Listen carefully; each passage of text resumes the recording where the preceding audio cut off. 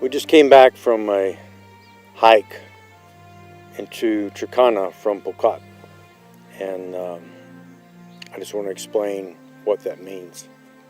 These are two tribes in Kenya, Pokots and the Turkana. They have been at war for hundreds of years. They've been killing each other, raiding cattle, well into the thousands.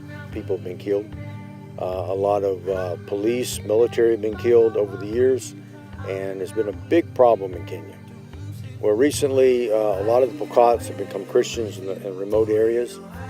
Their testimony was that Jesus put on their heart to stop stealing cattle, to sell their AK-47s, and to no longer do that. So I had them begin to pray for the Turkana. And I'm sure a lot of prayers have been going up for the Turkana.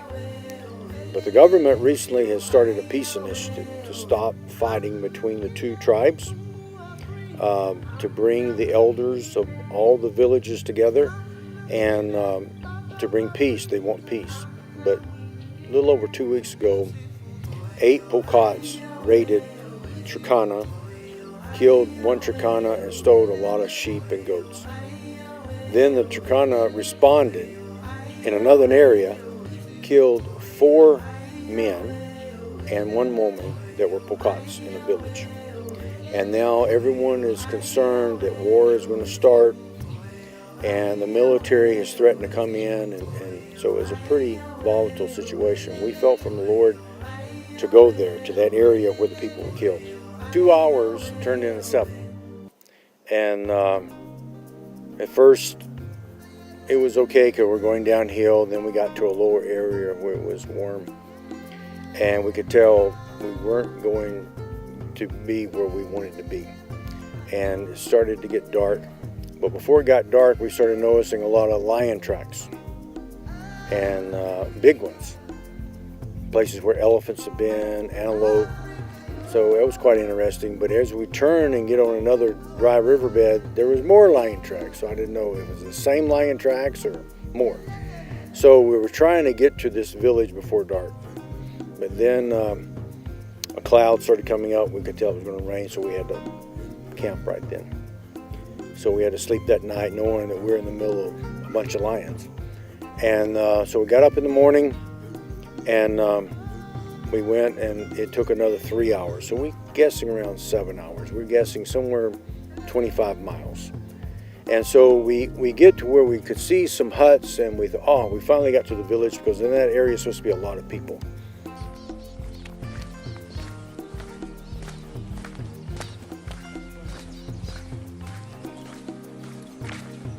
This is Turkana village or Pokot?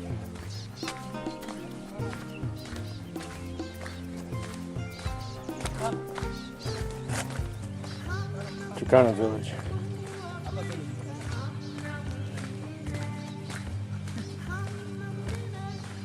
So where is everybody?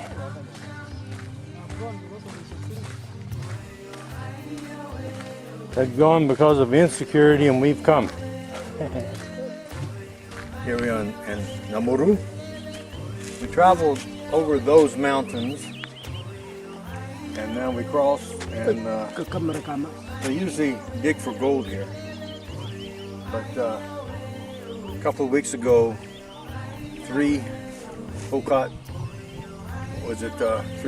men, 1 Pokot woman were killed, and so a lot of insecurity. So people have gone more that way. So we walked in from Pokot going into Turkana, and now we're going to the borehole and see if we can find people. We finally got water here at a borehole here in Turkana. This young boy is panning for gold.